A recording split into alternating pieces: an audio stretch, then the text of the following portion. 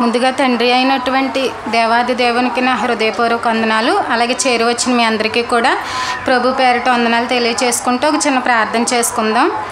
మహాపరిశుద్ధుడా, మహోన్నతుడా, సర్వోన్నతుడా, దేవ మా ప్రియ పరలోకపు కన్న తండ్రి, దేవ మీ ఘనమైన అతి పవిత్రమైన శ్రేష్టమైన నామమునకు తండ్రి లెక్కింపలేని స్థుతులు స్తోత్రములు. దేవ మరి గడిచిన కాలం అంతటిలో కూడా తండ్రి మీరు మాకు తోడుగా ఉండి మమ్మల్ని క్షేమంగా కాచి కాపాడుతూ తండ్రి సజీవులుగా ఉంచారు తండ్రి. అందును బట్టి తండ్రి మీకు వందనాలు, స్తుతులు, స్తోత్రములు తండ్రి. ఈ పరిశుద్ధ దినాన ఈ ఉదయకాల సమయంలో మీ ఆరాధనను చేసుకునేటువంటి గొప్ప సమయాన్ని, గొప్ప అవకాశాన్ని మా అందరికీ దయచేసినందుకు దేవా వందనాలు తండ్రి.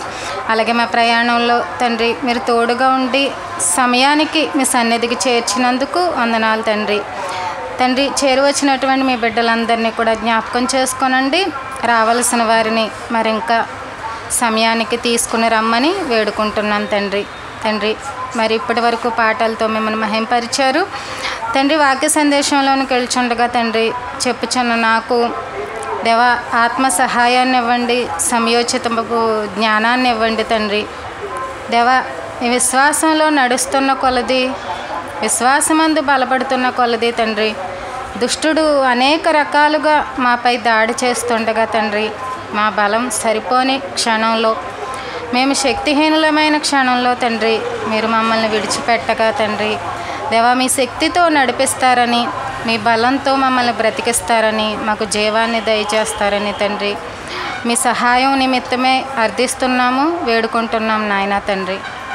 దేవా వచ్చిన బిడ్డలందరి జీవితాలలో కూడా తండ్రి ఎటువంటి సమస్యలు ఇబ్బందులు పెడుతున్నాయో దేవ, ఎన్ని రకాలుగా సాతాను వారిపై దాడి చేస్తున్నాడో తండ్రి, ఎటువంటి పరిస్థితుల్లో వారు నడుస్తున్నప్పటికీ మిమ్మల్ని మహింపరిచే జీవితాలు వారు కలిగి ఉండాలి కానీ తండ్రి దేవ వెనకడుగు వేసే విశ్వాసిగా ఏ ఒక్కరూ ఉండకూడదని, అటువంటి స్థితి ఏ ఒక్కరికి రాకుండా ఇక్కడికి వచ్చినటువంటి ప్రతి ఒక్కరిని కూడా తండ్రి కాపాడమని, మీ బలమైన హస్తం కింద అందరినీ కూడా భద్రపరచమని తండ్రి వేడుకుని బ్రతిమలాడుకుంటున్నాం తండ్రి.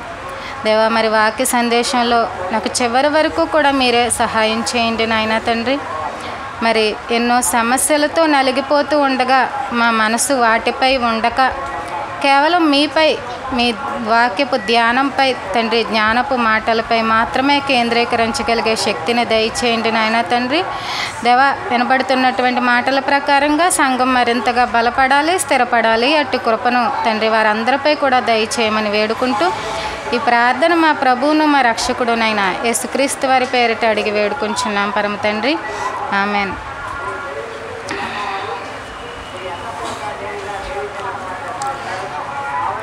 దేవుడికి బైబిల్లో అనేకమైన పేర్లు ఉన్నాయి కదా, ఏమేం పేర్లు చెప్పండి. యెహోవా పరిశుద్ధాత్ముడు, కన్న తండ్రి, ఉన్నవాడు. అన్నింటికంటే మనం ఎక్కువగా మాట్లాడుకునేది ఏంటి? యేసుక్రీస్తు ప్రభువారు అంటాంలేండి. ఆయనకి ఎక్కువ ఏముంది అని అనుకుంటాము?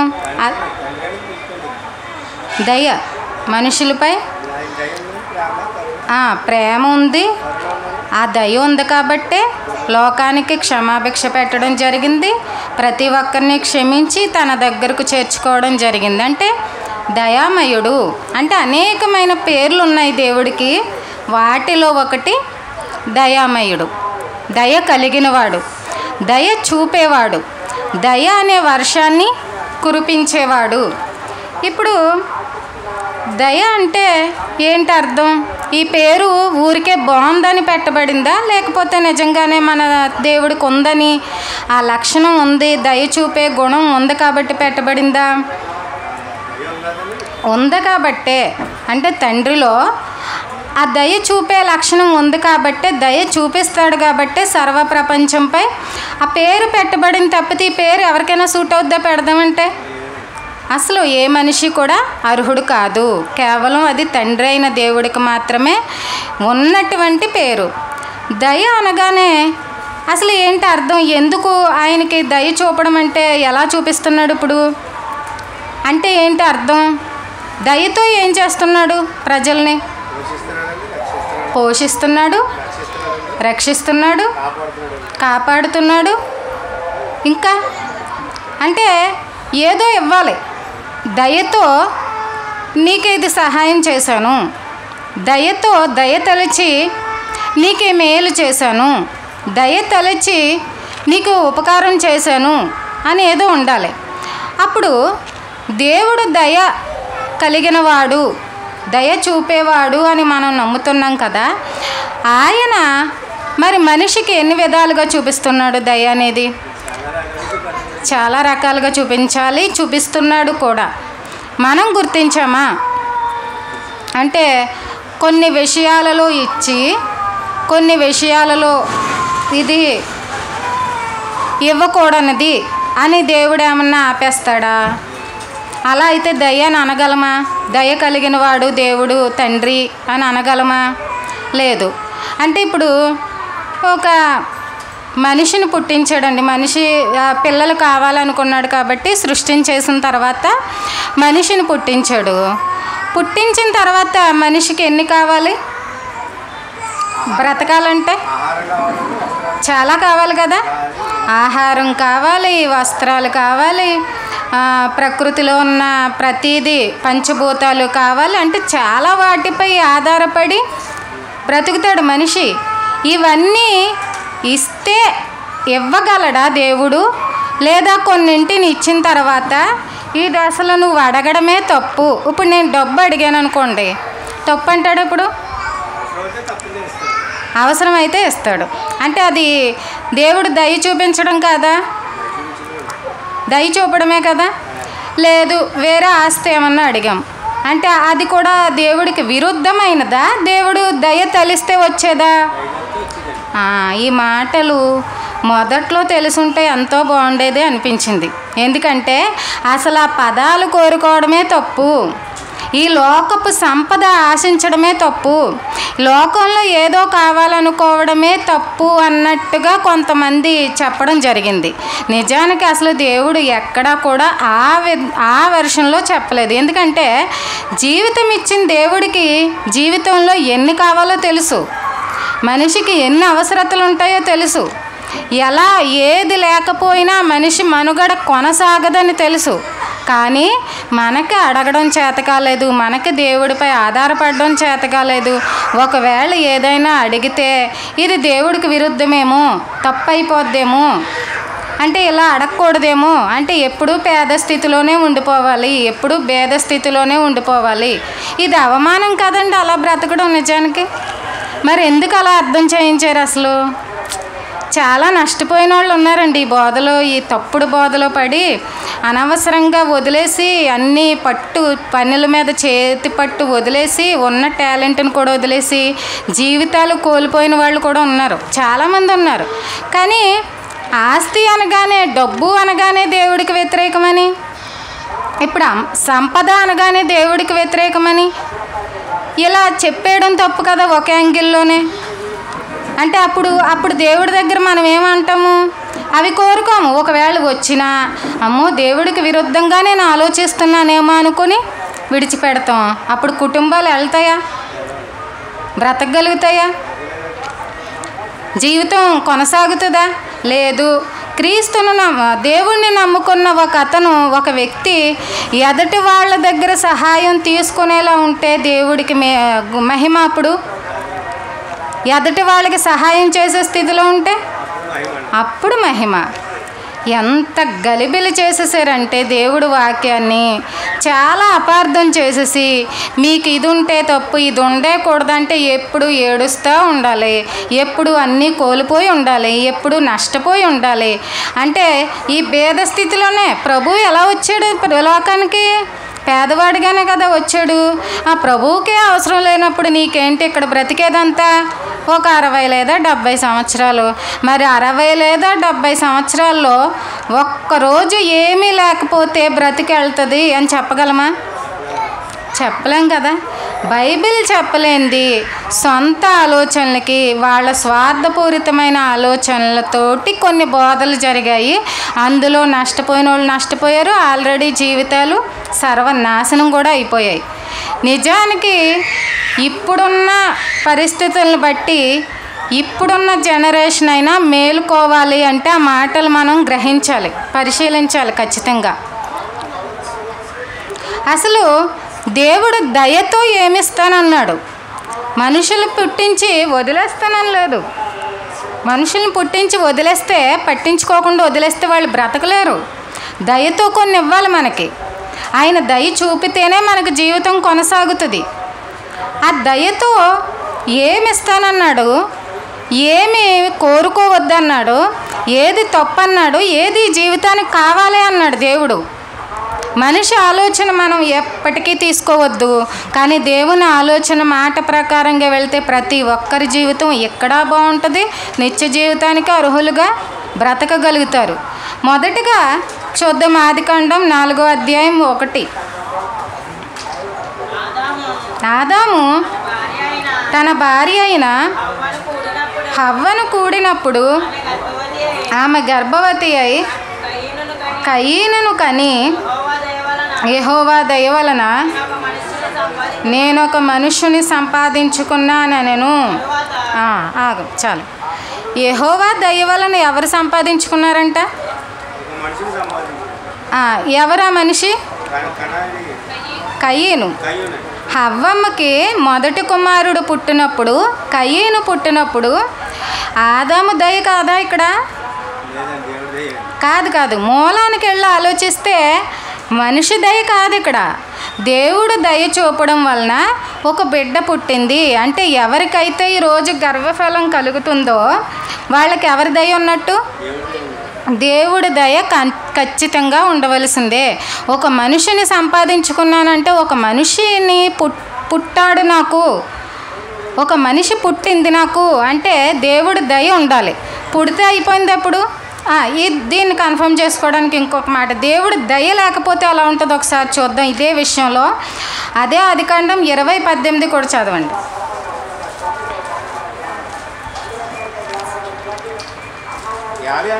ఏలయనగా అబ్రహాము భార్య అయిన శారాను బట్టి దేవుడు అబీమెలెకు ఇంటిలో ప్రతి గర్భమును మూసి ఉండను. ఇక్కడేం జరిగింది?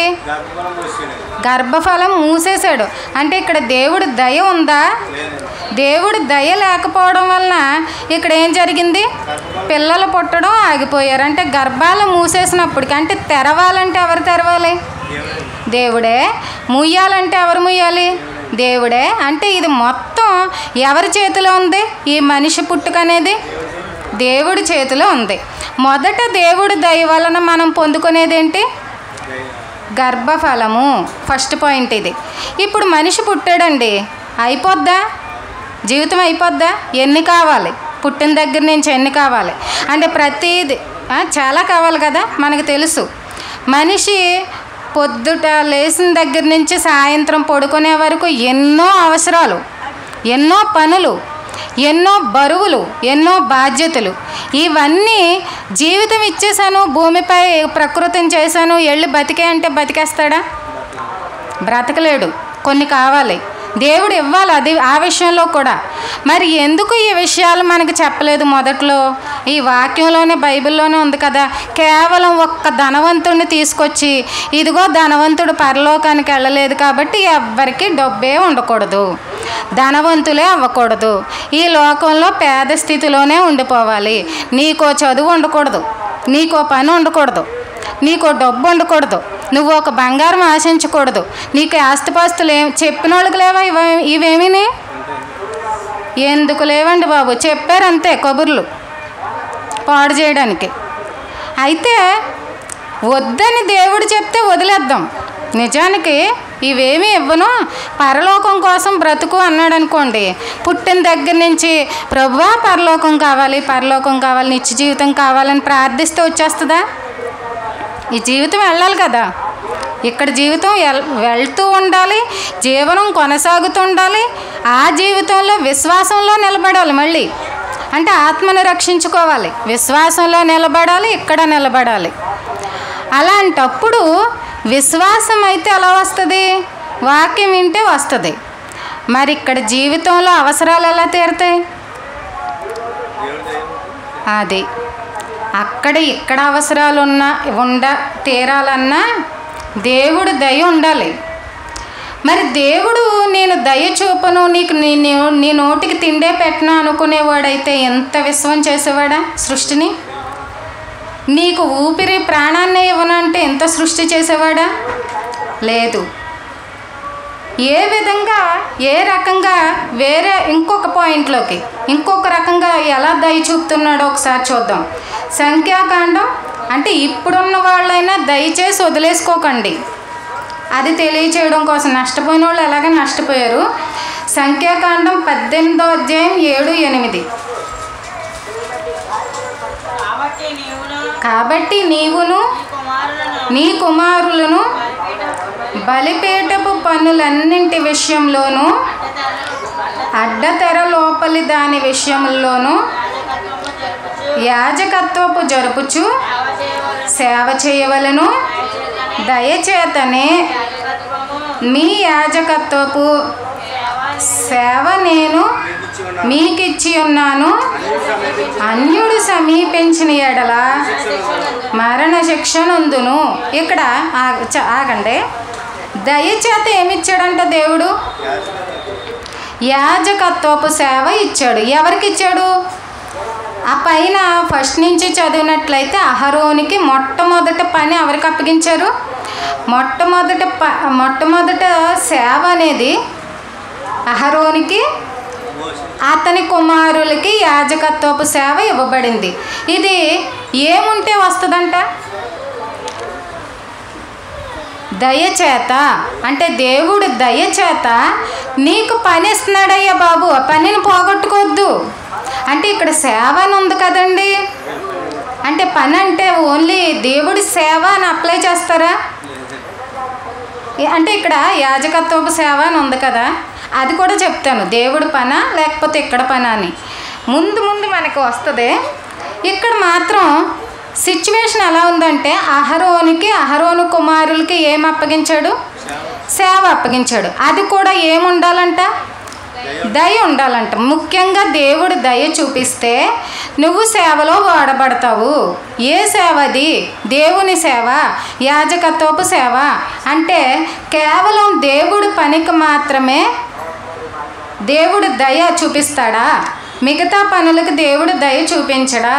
మిగతా పనులపై చేసుకోవద్దు. నీకు ఏ మెరిట్ ఉన్నా వదిలే. నువ్వు ఈ జీవనోపాధి పనులు చెయ్యొద్దు. ఖాళీగా కూర్చుని దేవుడి కోసం 2 మాటలు చెప్పి ఒక ప్రార్థన చేసుకుని ఉండు, నీకు భోజనం వచ్చేస్తుంది, నీ కుటుంబం వెళ్ళిపోద్దా అని అర్థం ఇక్కడ? కాదండి, అస్సలు కాదు. ఎలా కాదంటున్నానంటే ఒకసారి నిర్గమకాండం తీయండి. 31:1-6 చదవండి.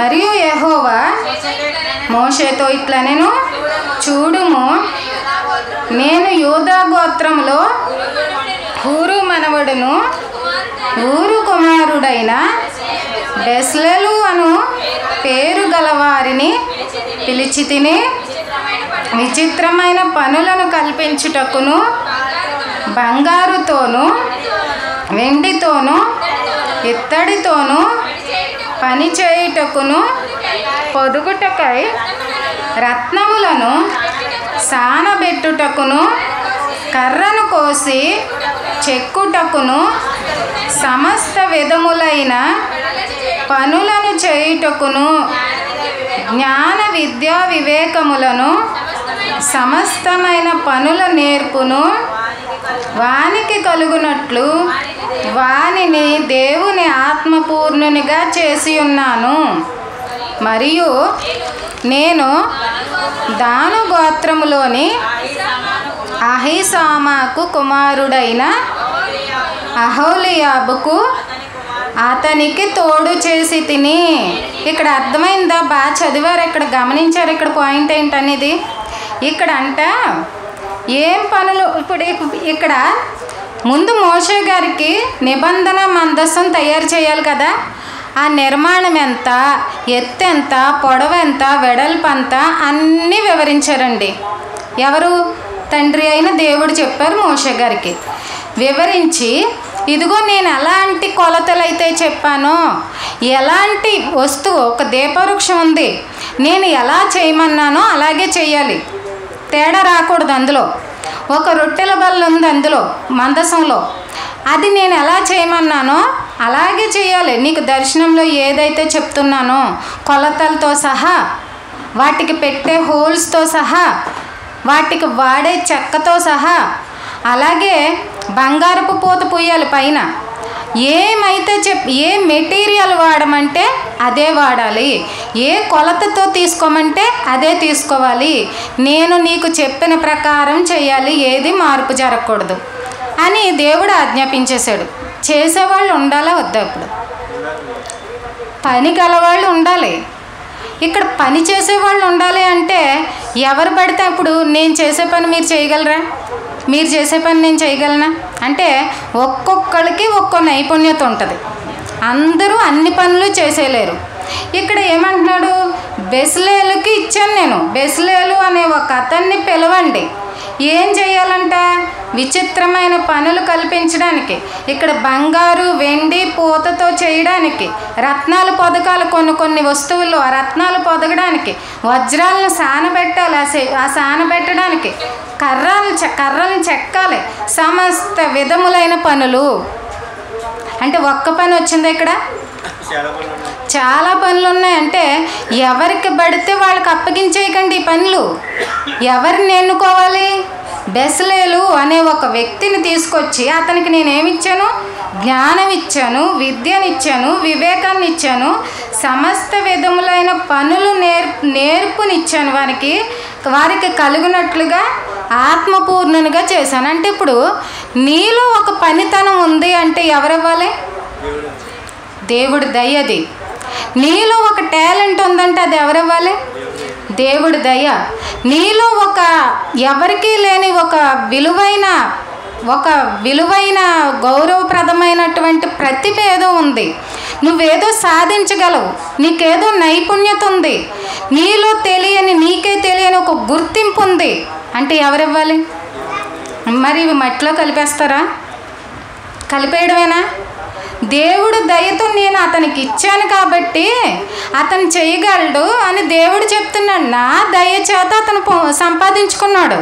నేను దయ చూపాను కాబట్టి బెస్లేలకు అవన్నీ వచ్చాయి. నేను దయ చూపాను కాబట్టి ఆ రత్నాలు పొదగలడు. నేను చెప్పాను కదా నిర్మాణం ఎలా చేయాలని. ఎవరికి పడితే వాళ్ళకి ఇవ్వద్దు. ఆ పని నేర్పుని అతనికి ఇచ్చాను. ఆ ప్రతిభ అతనికి ఉంది, నేను ఇచ్చాను. నేను ఆ జ్ఞానాన్ని ఇచ్చాను, నేను ఆ వివేకాన్ని ఇచ్చాను, ఆ తెలివిని ఇచ్చాను. కాబట్టి అతన్ని తీసుకురండి, ఆ పనిలో పెట్టండి, ఆ పని చేయండి, ఆ నిర్మాణం జరుగుతుంది. ఆ పనులకి అతన్నే వాడండి. ఇంకా తోడుగా ఎవరిని పెట్టుకోమన్నాడు? అహీసాము కుమారుడైన అహోలియాబును అతనికి తోడు. అంటే ఈ బెస్లేలు పని చేస్తూ ఉంటే కొంచెం సహాయం చేసేవాడిగా ఎవరిని పెట్టుకోవాలంట? అహోలియాబుని పెట్టండి. అప్పుడు పని జరుగుతుంది, కరెక్ట్గా జరుగుతుంది. ఎవ్వరు బద్ధకస్తులుగా ఉండి ఏ పని చేయకుండా సోమరితనంగా ఉండి ఉన్నదాన్ని చేతి పనులన్నింటినీ వదిలేస్తే మనిషి మనుగడ సాగుతుందా? ఒక డాక్టర్ లేడండి, జీవితం కొనసాగుతుందా? చిన్న జబ్బుకే చచ్చిపోతారు. ఎప్పుడో మనకి ఇన్సులిన్ లేని టైంలో అంటే యాంటీబయాటిక్ అంటే ఒకటి మందు వేసుకుంటాం, ఏదన్నా వస్తే రాకుండా కాపాడేది యాంటీబయాటిక్. ఇది కనిపెట్టలేదు, చాలా సంవత్సరాలు కనిపెట్టలేదు. అప్పుడు మరణ శాతం ఎంత ఉండేదో తెలుసా? చిన్న వ్యాధి వస్తే చచ్చిపోయేవారు. ఎందుకంటే యాంటీబయాటిక్ లేదు మనకప్పుడు, శత్రువుని పోరాడే శక్తి లేదు, కనుక్కోలేదు. తర్వాత అలెగ్జాండర్ ఫ్లెమింగ్ అనే ఆయన ఇన్సులిన్ని కనిపెట్టి అది వాడండి, రాకుండానే కాపాడుతుంది. వ్యాధి వచ్చాక మందు లేదు కదా, అప్పటికి మందులు లేవు కదా. మరి నిజానికి డెలివరీలు చేసేవాళ్ళు కూడా లేరు. అందుకనే స్త్రీకి ఈ ప్రసూతి సమయం ఏమంటారు? మరో జన్మ. ఎందుకంటే బ్రతుకుద్దో లేదో తెలియని కాలం, సరైన వైద్య సదుపాయం లేదు. అప్పటికి ఒక బిడ్డను కనాలంటే ఆమె చచ్చి బతకొలసిందే. 80% మంది చచ్చిపోయేవారండి పూర్వకాలంలో. ఎందుకంటే సరైన ట్రీట్మెంట్ లేదు, అక్కడ ఏం వాడాలో సరైన పరికరాలు లేవు, తెలిసిన వాళ్ళు లేరు, ఎవరో కొంతమంది మంత్రసానులు తప్పించి. అందుకనే మనకు నిర్గమకాండంలో మోషేకి డెలివరీ చేసింది ఎవరు? మంత్రసానులు, డాక్టర్లు లేరు. ఇప్పుడు ఒక డాక్టర్ అవసరం ఎంత ఉంది? చాలా ఉందండి. ఆ జ్ఞానం దేవుడు ఇస్తేనే అవుతాడు. ఈ జ్ఞానం వద్దని దేవుడి కోసం బ్రతకండి, పరలోకం కోసం బ్రతకండి అంటే ఈ జీవితం ఎలా కొనసాగుతుంది? నేను ఇస్తాను, నా దయ వలన మీరు పొందుకుంటున్నారని దేవుడు చెప్తుంటే అవేం కోరుకోకూడదు. ఈ లోక జ్ఞానం వద్దు, ఈ లోకపు చదువులు వద్దు, ఈ లోక జ్ఞానం దేవుడికి విరుద్ధమైనది అని బోధించేస్తే ఇక్కడ వాక్యానికి ఎలా సరిపోద్ది? ఒక ఇంజనీర్ లేడు, పని అవుతుందా? జీవితం కొనసాగుతుందా? ఇళ్ళు కట్టేవాళ్ళు ఉంటారా? వంతెనలు కట్టేవాళ్ళు ఉంటారా? ప్రాజెక్టులు ఈ మిల్లులు నడిపేవాళ్ళు ఉంటారా? ఏం జరగదు కదా. అంటే అతని చదువు, అతనికి ఇవ్వబడిన తెలివి, అతనికి ఇచ్చినటువంటి జ్ఞానం ఈ మనిషి జీవితం కొనసాగడానికి ఎంత ఉపయోగపడుతుంది. ఒక టీచర్ లేడండి. ఒక టీచర్ లేకపోతే పిల్లల్ని సరైన మార్గంలో నడిపించే వాళ్ళు ఉంటారా? మన విశ్వం ఎలాంటిదో, మనం నివసిస్తున్న భూమి ఎలాంటిదో, ఈ ప్రకృతి ఎలాంటిదో నేర్పేవాళ్ళు ఉంటారా? ఉండరు కదా. అంటే ఫ్లైట్లు నడిపేవాళ్ళు, ఈ బస్సులు నడిపేవాళ్ళు, ఇక్కడ ఈ పండించే వాళ్ళు లేరు. వ్యవసాయమే తెలియదు ఏ మనిషికి. మరి తిండి ఎలా వస్తుంది? అప్పుడు వ్యవసాయం చేసేవాడు వ్యవసాయం చేయాలి, ఇళ్ళు కట్టేవాడు ఇళ్ళు కట్టాలి. ఎవరి పని వాళ్ళు చేస్తేనే కదా. దేవుడు అంటున్నాడు, నా దయ వలన మీకు సమస్త పనులను ఇస్తున్నాను, మీరు చేసుకోండి, మీరు అభివృద్ధి అవ్వండి. మీ జ్ఞానం మీ చుట్టుపక్కల ఉన్న 10 మందికి ఉపయోగపడాలి. మీ జీవన విధానం ఇప్పటికి రోజు రోజుకి అభివృద్ధి అవ్వాలి. ఇదంతా నా దయను కురిపిస్తున్నాను కాబట్టే మీరు అభివృద్ధి అవుతున్నారు, మీ జీవితాలు బాగుంటాయి. ఈ ఇన్సులిన్ అలెగ్జాండర్ ఫ్లెమింగ్ అనే ఆయన ఇన్సులిన్ కనిపెట్టిన తర్వాత 50% వ్యాధుల బారిన పడి చనిపోవడం అనేది తగ్గింది. మంచిదా కాదా? ఇది మంచిదే కదండి. మరి ఎందుకు ఇదంతా ఒత్తిదే, అనవసరం, ఇవేమీ అవసరం లేదు, కేవలం దేవుణ్ణి తెలుసుకుంటే సరిపోద్ది అంటే జీవితం ఎలా ముందుకెళ్ళేది? అంటే దేవుడు వాక్యానికి విరుద్ధమైంది ఏది? మరి ఆయనేమో నా దయ వలన నీకు జ్ఞానాన్ని ఇస్తున్నాను, నా దయ వలన నీ పనిని అభివృద్ధి చేస్తున్నాను. అంటే పని చెయ్యాలా వద్దా? ఇక్కడ చదువుకోవాలా వద్దా? ఏదో ఒక ప్రతిభ సంపాదించాలా వద్దా? అయితే దానిని బట్టి అతిశయించొద్దు, దానిని బట్టి గర్వించొద్దు. ఇది దేవుడు నాకు ఇచ్చాడు కాబట్టి నేను ఎలా సక్సెస్ అయ్యాను, విజయం సంపాదించాను, చాలా ఉన్నతమైన స్థితికి ఎదిగాను అని దేవుడు దయను పొందుకున్నానని గుర్తించు. కానీ అతిశయపడొద్దు, గర్వపడొద్దు. నీకున్న స్థితి 10 మందికి ఉపయోగపడాలి. ఇదొక్కటే చెప్పాడండి, ఇదొక్కటే చెప్పాడు. ధనవంతుడు కూడా వెళ్ళలేకపోయింది తనకున్న ధనాన్ని బట్టి కాదు, తనకు ఈ దయ లేకపోవడం వలన. ఎందుకంటే దేవుడు మనిషిపై ఏ దయ అయితే చూపించాడో అదే దయ లాజరుపై చూపించి కాస్త తిండి పెట్టలేడా? కాస్త ఆదరించలేడా? కాస్త సహాయం చేయలేడా? ఆ గుణాలు లేకపోవడం వలన వెళ్ళిపోయాడు. అంతేగాని ఇక్కడ అభివృద్ధి అవ్వకూడదు, ఇక్కడ ఏమీ మీరు పొందుకోకూడదు, ఇక్కడ అసలు ఏది, ఏ పని, ఏ విషయంలో కూడా మీరు ఆశించకూడదు, దేవుడి దగ్గర అడగకూడదంటే అసలు మీరు అభివృద్ధి అవ్వాలి, మీరు మంచి స్థితికి వెళ్ళాలి అంటేనే నా దయ ఉండాలి నీకు అని దేవుడు చెప్తున్నాడు. తర్వాత పని, ఇప్పుడు చేతి పని ఒకటి చూసాం కదా. ఎవరి వలన? దేవుడి దయ ఉంటే మనిషిని సంపాదించుకుంటాము, దేవుడి దయ ఉంటే చేతి పనిని ఇస్తానన్నాడు, ఆ జ్ఞానం ఇస్తా అన్నాడు, అభివృద్ధి అయ్యే మార్గం చూపిస్తా అన్నాడు. తర్వాత ఇంకోటి కూడా చూద్దాం. 1వ దినవృత్తాంతాలు 28:4.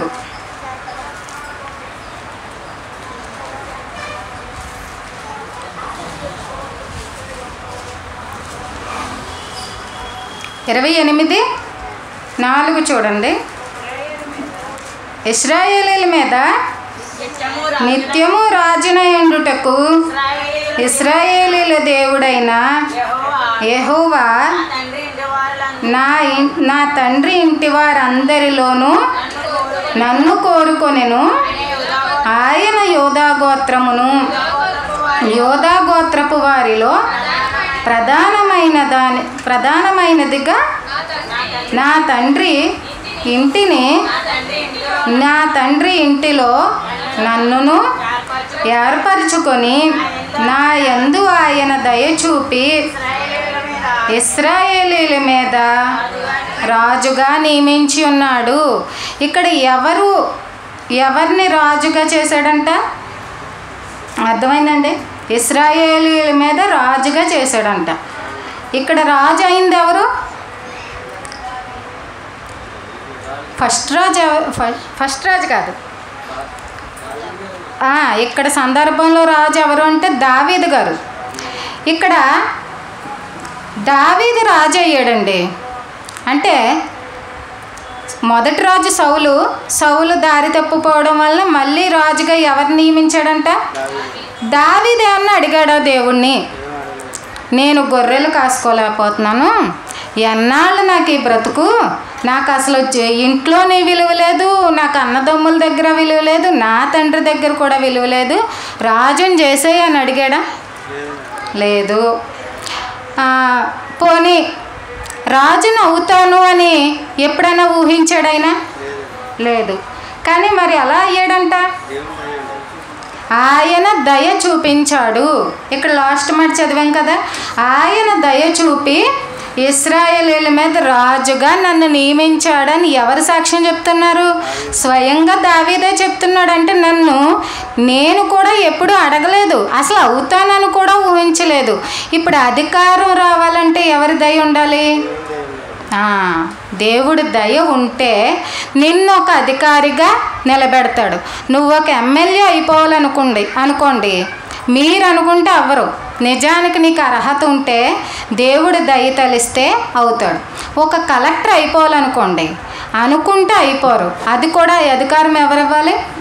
దేవుడు ఇవ్వాలి. ఒక సీఎం అయిపోవాలనుకోండి, ఆ అధికారం ఎవరు ఇవ్వాలి? దేవుడు ఇవ్వాలి. ఇలా ఒక మోషే గారు కూడా తన మామ మందను మేపుకుంటూ బ్రతికేద్దాం అనుకున్నాడు. పనిగట్టుకుని పొదల్లో కనబడి పిలుచుకున్నది ఎవరు? దేవుడే కదా. అంటే మోషేని నాయకత్వం వహించి నాయకుడిగా నిలబెట్టింది కూడా మనకి ఎవరు కనబడుతున్నారు అక్కడ? దేవుడే. అంటే దేవుడు దయ చూపి, నువ్వు మేకలను మందలు మేపుకుంటే ఎలాగయ్యా బాబు, ప్రజలను ఎవరు నడిపిస్తారు? నీ పుట్టుకకు కారణమే అది. కాబట్టి ఇప్పుడు నువ్వు నాయకుడిగా వ్యవహరించాలి, నాయకత్వం వహించి ఆ ప్రజలను తీసుకెళ్ళాలి అని అధికారం ఇచ్చి నిలబెట్టింది దేవుడే మోషే గారి విషయంలో.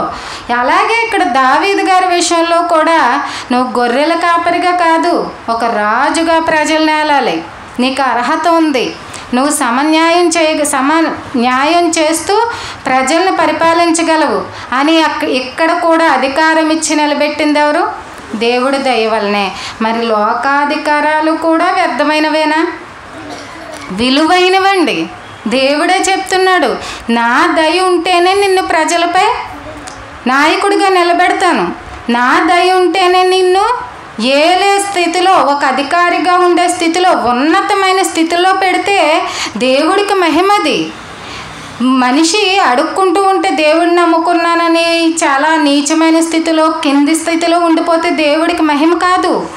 ఒక ఐఏఎస్ ఆఫీసరు దేవుడికి దాసుడు, ఎవరికి మహిమ? ఎక్కడ ఎంత ఘనంగా ఉంది? ఎవరికి మహిమ? దేవుడికే కదా. మరి ఇలాంటి స్థితిని దేవుడు ఇస్తాను నా దయచేత అంటే ఇవన్నీ వ్యర్థమైనట్టుగా, మట్టిలో కలిపేసినట్టుగా కలిపేశారు ఈ వాక్యాలన్నీని. దేవుడు చేతి పనినిచ్చి అభివృద్ధి పరచడమే కాదు, ఒకవేళ నీకు ఇంకా క్వాలిఫికేషన్ ఉంటే, ఇంకా అర్హత ఉంటే, ఇప్పుడు వీళ్ళకున్న అర్హత కూడా ఏంటంటే, దావీదుకున్న అర్హత ఏంటి? కేవలం దేవుడిపై ఉన్న ప్రేమ, కేవలం దేవుడిపై ఉన్న భక్తి, కేవలం దేవుడిపై ఉన్న రోషం. ఎందుకంటే ఎవడో ఫిలిష్తీయుడు వచ్చి దేవుణ్ణి తిడుతుంటే తట్టుకోలేక నిలబడిన వాళ్ళు ఎవరు? 14 ఏళ్ల దావీదు. ఆ టైంలో చూశాడు దేవుడు. ఆ టైంలో చూసి లాక్కొచ్చేసి, నీ స్థితి ఇది కాదు, నిన్ను ఒక రాజుగా చేస్తాను, ఎందుకంటే నువ్వు సరిగ్గా పరిపాలించగలవు, నీ అధికారాన్ని సద్వినియోగపరచగలవు, నువ్వు బాగుంటే ప్రజలు బాగుంటారు, అంటే అధికారం ఇచ్చేది దేవుడు, మంచి స్థితినిచ్చేది దేవుడు. దేవుడు దయ ఉంటేనే కలుగుతుంది. లోకమే వద్దు, లోకంలో ఉన్నదంతా నటన వేషం అంటూ తీసి పడేయకండి. ఇక్కడ కూడా ఒక హోదాలోకి ఎదుగుతున్నారు అంటే దేవుడి దయ. కృతజ్ఞతగా బ్రతకండి, మిమ్మల్ని ఇంకా దేవుడు ఆశీర్వదిస్తాడు, ఉన్నతమైన స్థితికి వెళ్తారు. ఏమో ఏ బిడ్డలో ఏ ప్రతిభ ఉందో ఇక్కడ ఉన్న వాళ్ళలో మీరు పాడు చేసుకోవద్దు. ఇక్కడ ఈ లోకం కోసం బ్రతకూడదు, లోకం కోసం వాడేయకూడదు అంటే మీ తెలివి ఎంతమందిని బ్రతికిస్తుందో, మీ జ్ఞానం ఎంతమందికి జీవితాలను ఇస్తాయో, మీకున్నటువంటి మీరు కొన్న స్థితి ఎంతమంది జీవితాలకు మేలు కలగజేస్తాయో అది దేవుడి చిత్తంలో ఏమై ఉన్నదో అక్కడ వరకు మీరు రీచ్ అవ్వాలంటే ఉన్న నైపుణ్యతను పెంపొందించుకుంటూ అభివృద్ధి చేసుకుంటూ ఎదగాలి. వదిలేయొద్దు వ్యర్థమైనది అని. కేవలం దేవుడిని తెలుసుకోవడం తెలిస్తే ఆటోమేటిక్గా ఇప్పుడు విజ్ఞానం సంపాదించుకుంటే దేవుడు అక్కడి వరకు తన వరకు తీసుకెళ్ళేటప్పుడు దేవుడి చిత్తమే అది కదా, దేవుడు ప్రణాళికలోనే ఉన్నారు కదా. ఇక్కడున్న ప్రజలు కూడా చాలా కింది స్థాయిలో, చాలా అంటే విలువలేని ఒక ఎన్నిక లేని స్థితిలో ఉన్నవాళ్లే. ఎలా చూశాడు మరి దేవుడు? వాళ్ళకి ఆ స్కిల్ ఉంది, ఆ మెరిట్ ఉంది, నడిపించగలరు, చేయగలరు, సాధించగలరు. ప్లస్ వాళ్ళకి దేవుడిపై ఉన్నటువంటి విశ్వాసం అదొక మెట్టు ఎక్కించింది.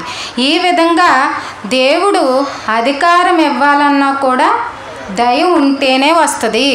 ఒక ఉన్నతమైన పదవి రావాలంటే దేవుడి దయ మిళితమై ఉండాలి. ఒక మంచి స్థితిలోనికి ఎదగాలంటే దేవుడి ఆశీర్వాదం, దేవుడి దయ ఉంటేనే ఆ స్థితికి చేరగలుగుతున్నాం. ఇది దేవుడికి వ్యతిరేకమైనది కాదు, విరుద్ధమైనది కాదు. లోకంలో ఎదగడం, మంచి స్థితికి వెళ్ళడం అంటే దేవుడు ఇష్టపడింది కాదు, ఇష్టపడేది. నిన్ను మంచి స్థితిలో చూడాలని అనుకుంటాడు, బాగుపడితే ఇంకా ఆశీర్వదించాలని అనుకుంటాడు. అయితే అక్కడికి వెళ్ళాక గర్వించి పడిపోవద్దు. సౌలును కూడా నిలబెట్టాడు అలాగే. కానీ దేవుడి యొక్క మాటను, ఆజ్ఞను అతిక్రమించాడు. అక్కడ దేవుడికి నచ్చలేదు. అంతేగాని ఎదగడం నచ్చకపోవడం కాదు అక్కడ. గమనించండి ప్రతి విషయంలో కూడా. తర్వాత ఎన్నైనా ఇప్పటికీ మనిషి, పని, అధికారం. తర్వాత ఇంకోటి 2వ దినవృత్తాంతంలో 9:8-9 చూడండి.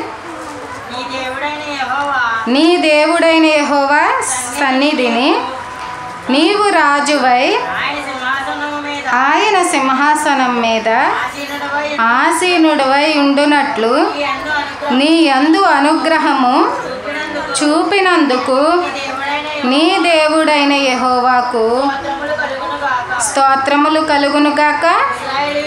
ఇశ్రాయేలీలను నిత్యము స్థిరపరచవలెనన్న దయాలోచన నీ దేవునికి కలిగి ఉన్నందున నీతి న్యాయములను జరిగించుటకై ఆయన నిన్ను వారి మీద రాజుగా నియమించెను అని చెప్పాను. ఇక్కడే ఎవరి గురించి? ఫస్ట్ ఆ పర్సన్ గుర్తుపట్టాలి. ఇక్కడ ఎవరి గురించి మాట్లాడుతున్నాడంటే దేవుడు సొలొమోను గురించండి. ఇప్పుడు దావీదు రాజుగా పరిపాలించాడు, ఆయన తరం అయిపోయింది. ఆయన ప్లేస్లోకి ఎవరు వచ్చారు? సొలొమోను గారు వచ్చారు. సొలొమోను గారు మొదట ఏమని ప్రార్థన చేశారు? రాజుగా అభిషేకించబడిన తర్వాత కదా, ప్రభువా ఇప్పుడు నాపై చాలా బాధ్యత ఉంది, చాలా భారం ఉంది. రాజు ఎప్పుడైతే తప్పు చేస్తాడో ప్రజలు బాగోరు. ఎందుకంటే నాయకుడు బాగుంటేనే ప్రజలు బాగుంటారు. ఇప్పుడు ఇతను ఉన్నది చిన్న పొజిషన్లో కాదు, తన తండ్రి స్థానంలోనికి వచ్చాడు. నా తండ్రిలాగా నేను చేయలేనేమో, నా తండ్రి అంత జ్ఞానం నాకు లేదేమో, నా తండ్రి కలిగినటువంటి మంచి ప్రవర్తన నేను కలిగి ఉండలేనేమో అని అతనికి భయం వేసి దేవుడి దగ్గరకు వచ్చి, నాకు ఆ జ్ఞానం ఇవ్వ, నేను ప్రజల్ని బాధ్యత నేను తీసుకున్నాను కదా. ఒక కుటుంబాన్ని నడిపించడమే చాలా కష్టం కదండి రోజుల్లో. తర్వాత సంఘాన్ని ఇంకా కష్టం, ఇంకా బాధ్యతగా వ్యవహరించాలి. ఎందుకంటే ఎవరు తప్పిపోయినా లెక్క ఎవరు చెప్పాలి? సంఘ కాపరి చెప్పాలి, లేదా సంఘ పెద్దలు చెప్పాలి. ఇది ఇంకా కొంచెం ఎక్కువ పని. అలాంటిది మొత్తం ప్రజలపై రాజు అంటే ఇంకా భారం, ఇంకా బాధ్యత. ఎవరికి ఏ ఆపదు. ఇప్పుడు ప్రజలకి ఏదన్నా సమయానికి వాళ్ళకి పింఛన్ డబ్బులు ఆపేశారనుకోండి, ఎవరిని అడుగుతారు? ప్రభుత్వాన్నే కదా, గవర్నమెంట్నే కదా. ఎందుకు అడుగుతారు? వాళ్ళకి ఆ బాధ్యత ఉంది. తన రాష్ట్ర ప్రజలు అందరూ కలిపి గెలిపించుకున్నారు కాబట్టి ఆ ప్రజల యొక్క యోగక్షేమాలు ఎవరు చూడాలి? గవర్నమెంట్ చూడాలి. ఇలాగే రాజు ప్రజలందరి బాధ్యత తీసుకున్నాడు కాబట్టి వాళ్ళకి ఏ ఆపద వచ్చినా ఎవరు బాధ్యత చెప్పాలి? ఎవరు సమాధానం చెప్పాలి? రాజు చెప్పాలి. అప్పుడు సొలొమోను గారు ఈ బాధ్యతలు తీసుకున్నప్పుడు ప్రార్థిస్తే దేవుడంట కేవలం జ్ఞానం విషయంలోనే కాదంట, మరి ఎన్ని విషయాల్లో స్థిరపరిచేశాడు సొలొమోన్ని? సమస్త విషయాలలో. అంతేనా? అక్కడ ఉంది, సింహాసనం ఉండినట్లు నీ యందు స్తోత్రం ఇశ్రాయేలు నిత్యము ప్రజలు స్థిరంగా ఉండాలంటే ముందు నువ్వు సెటిల్ అయిపోవాలి. ప్రజలు అటు ఇటు తిరగకుండా, అంతేనా కదండి? రాజు పరిపాలించేవాడు బాగుంటేనే ప్రజలు సరిగా చూడగలడు. ఇక్కడ సొలొమోనుని సెటిల్ చేస్తే ఎవరు సెటిల్ అవుతారు? ఇప్పుడు మనిషి తప్పు చేస్తే దేవుడిది కాదు అది. ఇప్పుడు సొలొమోను తప్పిపోయాడు కదా అంటే దేవుడు మొదటగా సొలొమోను గారిని అన్ని విషయాలలో సెట్ చేసేసాడు. జ్ఞానం విషయంలో, ఐశ్వర్యం విషయంలో, సంపదల విషయంలో, రాజ్యంలో ఏ కరువు లేని విషయంలో, యుద్ధాల విషయంలో సమస్త విషయాలలోనూ ఆశీర్వాదం ఇచ్చేశాడు. ఎందుకని? ప్రజలు క్షేమంగా ఉంటారు. ఇతను బాగుంటే ప్రజలు క్షేమంగా ఉంటారు. అంటే అన్ని విషయాలలో నువ్వు సెటిల్ అవ్వాలి, అన్ని విషయాలలో నువ్వు స్థిరపడాలి. అంటే ఎవరి దయ ఉండాలి? ఆ పాయింట్ కోసం ఇదంతా చెప్పాను. అంటే మీరు ఎక్కడైనా స్థిరంగా శాంతిగా ఉండాలండి, మనశ్శాంతిగా ఉండాలి, ప్రశాంతంగా ఉండాలి, ఆరోగ్యంగా ఉండాలి, ఐశ్వర్యంతో ఉండాలి, కుటుంబంతో ఉండాలి, ప్రజలతో ఉండాలి, పరిపాలన బాగా జరగాలి. అన్ని విషయాల్లో సెటిల్ చేసేది ఎవరు? ఇప్పుడు అది దేవుడు దయ ఉంటేనే స్థిరపరచబడతారు ఏ మనిషి అయినా సరే. ఎక్కడ ఏ విషయంలో, అన్ని విషయాల్లో కూడా దేవుడు దయ ఉండాలి. అంటే ఒక ఆరోగ్యం కావాలంటే దేవుడు దయ ఉండాలి. మరి అన్ని విషయాలలో స్థిరపరుస్తాను అన్నప్పుడు ఈ సంపద ఉంటుందా లేదా? ఉద్యోగం ఉంటుందా లేదా? వ్యాపారం ఉంటుందా లేదా? కుటుంబం ఉంటుందా లేదా? మరి ఎందుకు అడగకూడదు? ఇప్పుడు అన్యాయంగా వెళ్తే తప్పండి. పాపం చేసైనా సంపాదించాలి అనుకుంటే తప్పు. న్యాయంగా ఆయనే ఇస్తాడు అనుకుంటే న్యాయంగా ఆయనే ఇచ్చి చూపించాడు సొలొమోను గారికి. దావీదు కంటే ఎక్కువ ఉన్నత స్థితి ఎవరు అనుభవించారు? సొలొమోను గారు అనుభవించారండి. లెక్కలే. అసలు వెండి ఎన్నికలేంది అయిపోయిందంటే కుప్పలుగా రాసులుగా పోగు పెట్టేశారు ఆ మందిరం నిర్మాణానికి. అంటే రాజ్యం ఎంత బాగుంది, ఎంత సిరి సంపదలతో వెలిసింది, ఏ లోటు లేకుండా ఎంత బాగా ఇచ్చాడు దేవుడు ఆశీర్వాదం. వాళ్ళ శక్తికి మించి కృప చూపించాడు కదా. వాళ్ళు ఊహించినంత, అంటే చూస్తేనే కళ్ళు మెరిసిపోయేంత, కళ్ళు ఎంతో మిరిమిట్లు గొలిపేంత, చూడలేనంత బంగారాన్ని, వెండిని, అంత విలువైన వాటిని ఆ రాజ్యంలో ఆ దేశానికి ఇచ్చాడంటే ఎవరి కృపది? ఎవరి దయది? దేవుడి దయ కదా. ఇప్పుడు దేవుడికి విరుద్ధమని అందామా? అంటే ఏదన్నా కలిగి ఉండడం దేవుడికి ఇష్టం కాదు. అయితే మరి ఆయన ఆశీర్వాదంగా ఎందుకు ఇస్తాడు? పైగా నా దయాలోచన ఉంది. ఇక్కడ దేవుడు దయాలోచన ఉంది. అంటే దయ చూపేటువంటి గుణం మీపై ఉంది కాబట్టి మీరు పొందుకున్నారు. సొలొమోనుని ఇన్నింత ఎందుకు సెటిల్ చేశానో తెలుసా? నీ ప్రజలు స్థిరపరచబడతారని, నీ ప్రజలు కూడా బాగుంటారని, నీ ప్రజలు కూడా యోగక్షేమాలు కలిగి ఉంటారని. ఇదే దేవుడి యొక్క దయాలోచన. తర్వాత ఇదొక ఆశ. దేవుడిచ్చేదే, సాతాను ఇచ్చేది కాదు. అన్ని విషయాల్లో సాతాను ఇవ్వదు. ఇది కూడా దేవుడు ఆశీర్వదిస్తేనే ఈ మనిషి ఎంత ఉన్నతమైన స్థితికి వెళ్ళాడు. తర్వాత ఇంకోటి కూడా చూద్దాం.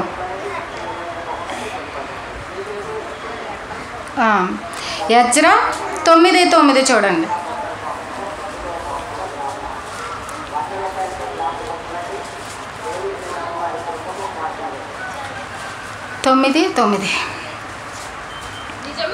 నిజముగా మేము దాసులమైతిమి,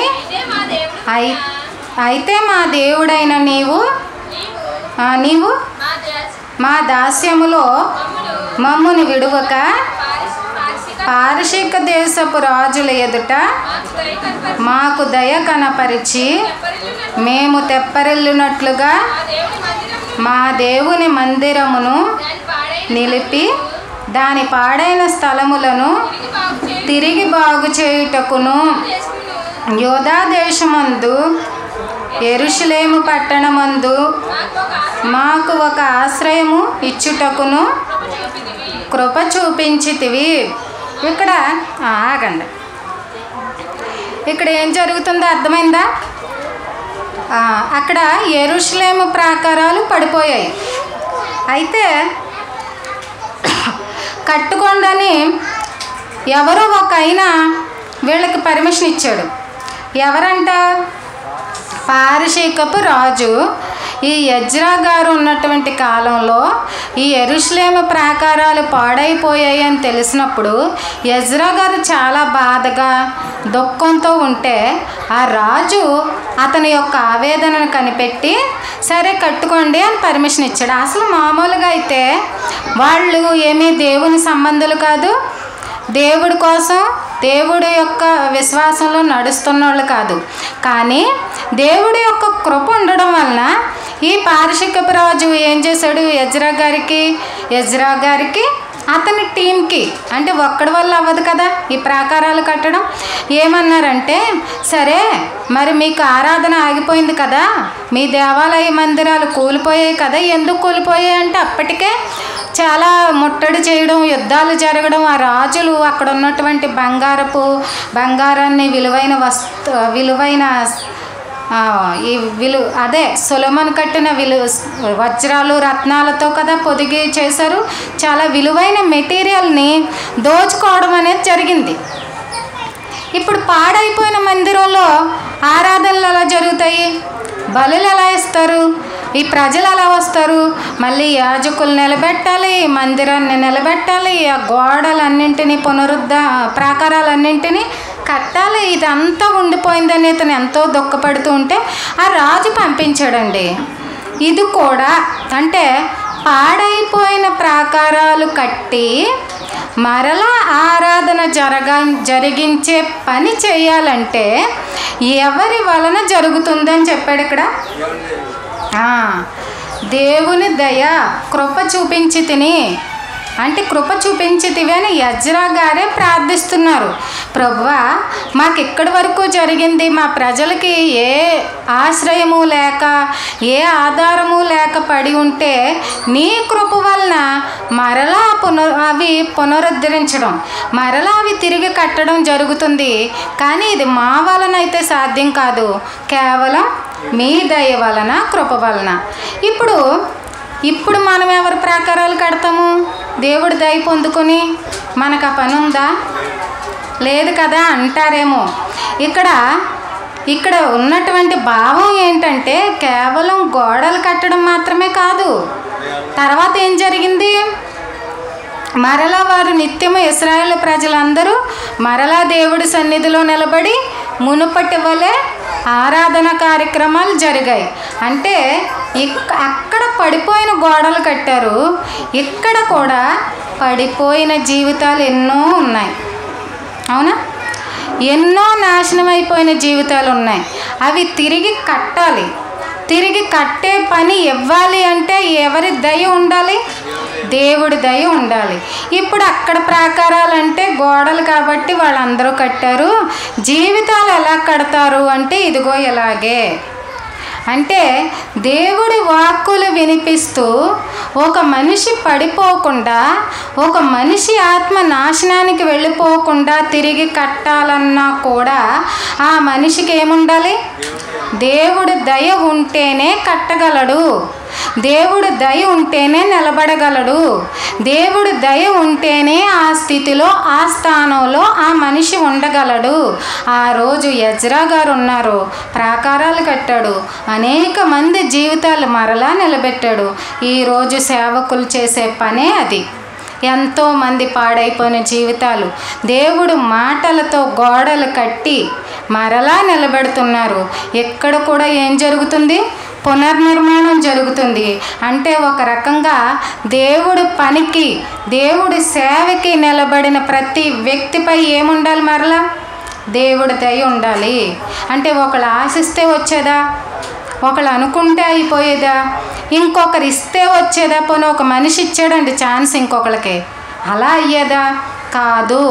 అంటే ఒకటి జీవనోపాధి పనికి దేవుడి దయ ఉండాలి, ఒకటి లోకంలో అధికారానికి దేవుడి దయ ఉండాలి, దేవుడి పనికి ఆ దేవుని దయే ఉండాలి. ఎందుకంటే ఎజ్రా గారే సాక్ష్యం ఇచ్చారు, మా ప్రాకారాలు పడిపోయి ఉన్నప్పుడు మేము ఏం చేయలేకపోయాము, దుఃఖించడం తప్ప, బాధపడడం తప్ప మా వల్ల ఏమీ కాలేదు. కానీ నీవు కృప చూపించడం వలన, నీవు దయ చూపించడం వలన మరలా మేమందరం కలిపి వాటిని నిలబెట్టాము. ఇక్కడ కూడా దేవుడు దయ చూపించడం వల్ల అనేక కుటుంబాలు నిలబెట్టాలి. ఇక్కడ కూడా దేవుడు దయ చూపడం వలన, కృప చూపడం వలన ఆయన వాక్కులతోటే విశ్వాసపు ప్రాకారాలు కట్టాలి. అది కూడా ఎవరి అనుగ్రహం ఉండాలి? దేవుడి దయే ఉండాలి. ఇంకా లాస్ట్గా ఇంకోటి చూద్దాం. చివరిగా యెషయా గ్రంథం 61:7-8 చూడండి.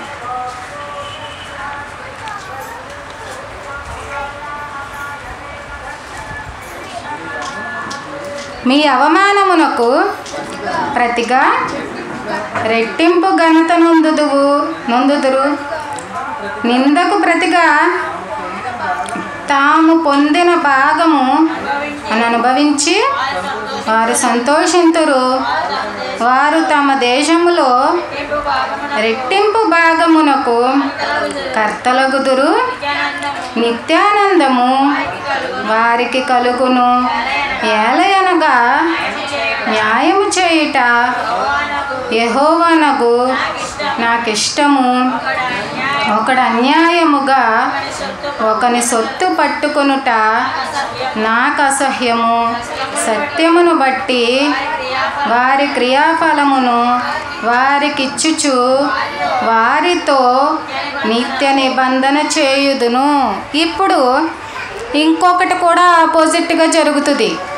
ఎంత దేవుడి దయ ఉన్నా, ఎంత దేవుని కృప ఉన్నా, ఆ సత్య సంబంధులుగా మీరు వెళ్తున్నప్పుడు మీకు అవమానాలు వస్తాయి, మీకు చాలా నిందలు వస్తాయి, మీకు చాలా కరువు వస్తుంది, మీకు చాలా లోటుపాట్లు వస్తాయి, మీ జీవితాలు చెల్లాచెదురైపోతాయి, మీ జీవితాలలో ఎన్నో గందరగోళ పరిస్థితులు వస్తాయి, విపత్కర పరిస్థితులు వస్తాయి. ఎందువలన వస్తాయి?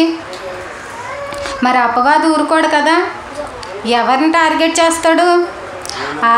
అంతే అండి. మరి దేవుణ్ణి నమ్ముకున్న వాళ్ళని, విశ్వాసుల్ని టార్గెట్ చేస్తాడు. ఎందుకు లోక సంబంధులపై టార్గెట్ చేయడం అంటే ఆల్రెడీ వాడి జేబులోనే ఉన్నారు.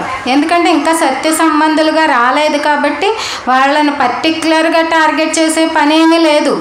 కానీ ఒక విశ్వాసి లేదా ఒక సేవకుడు లేదా ఒక నాయకుడు, ఒక దాసుడు, ఒక పరిచర్య చేసేవాడు సాతాను చేతుల్లోంచి దేవుడి చేతుల్లోనికి వచ్చాడు కాబట్టి మళ్ళీ తన దగ్గరకు లాక్కోవాలి. ఇలాంటి పరిస్థితుల్లో నిన్ను సజావుగా వెళ్ళనిస్తాడా? నిన్ను క్షేమంగా, నీకు క్షేమాన్ని రానిస్తాడా? నీకు అన్ని విజయాలే ఇస్తాడా? నీకు ఆటంకాలు లేకుండా చూస్తాడా? నీకు ఇబ్బందులు పెట్టకుండా ఉంటాడా? పెడతాడు. సమస్తాన్ని కలిగిస్తాడు. శోధనలు, బాధలు, ఇబ్బందులు, అవమానాలు ఎన్నో రాణిస్తాడు. అయితే ఈ విశ్వాసులకు, ఈ దేవుని పిల్లలకు దేవుడు ఒక్క మాట చెప్తున్నాడండి, ఒక హామీ ఇస్తున్నాడు. మీకైతే మీ అవమానానికి ప్రతిగా రెట్టింపు ఘనత మీరు పొందుకుంటారు. మీరు ఎన్నో అవమానాల్లో, కృంగుబాటు విషయాలలో కృంగుదల కలిగి నలిగిపోతూ ఉన్నారు కదా, దానికి రెట్టింపు ప్రతిఫలం నేను ఇచ్చేస్తాను. ఎందుకంటే ఏమంటున్నాడు ఇక్కడ, న్యాయం చేయటం నాకు ఇష్టం, అన్యాయం చేసేవాడికి తగిన ప్రతిఫలం, న్యాయం చేసేవాడికి అతనికి రావాల్సిన ప్రతిఫలం ఇవ్వడం నాకు ఇష్టం. ఎవరి బాకీ వాళ్ళకి తీర్చేస్తానంతే. అంటే కొంత టైం పట్టొచ్చు. మీరేం భయపడిపోకండి, మీరేం బాధపడకండి, మీరేం వెనక్కి తగ్గిపోకండి.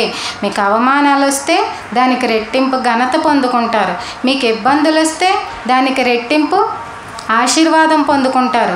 మిమ్మల్ని వెనక్కి పట్టి లాగిస్తున్న ప్రతి పరిస్థితికి అంతే వేగంతో ముందుకు వెళ్ళగలుగుతారు. ఎందుకంటే న్యాయం తీర్చకుండా నేను విడిచిపెట్టను, ఎవరి ప్రతిఫలం వాళ్ళకి ఇవ్వాలి, అది నాకు ఇష్టము. ఆయనకే ఇష్టమైనప్పుడు ఇంకా బాధపడేదేముంది? ఇప్పుడు వెనకడుగు వేసేదేముంది? విశ్వాసాన్ని వదిలిపెట్టేదేముంది? దేవుణ్ణి విడిచిపెట్టేదేముంది? కాబట్టి ప్రియులారా, దేవుడు దయతో చాలా ఇచ్చాడండి, మనకి ఇస్తానంటున్నాడు. కానీ కొద్ది జ్ఞానంతో, అజ్ఞానంతో, ఒకరి బోధలపై ఆధారపడిపోయి అసలు బైబిల్ని సరిగా పరిశీలించక, అమ్మో ఈ కోరుకుంటే తప్పేమో, కొంచెం మంచి బట్టలు ఉంటే తప్పేమో, మంచి ఆహారం తీసుకుంటే తప్పేమో, మంచి ఇళ్ళు ఉంటే తప్పేమో అనుకుంటే ఎంత సంపదని, ఒక అధికారాన్ని, పనిని ఆ మనిషిని పుట్టించి వదిలేసేవాడు కాదు కదా.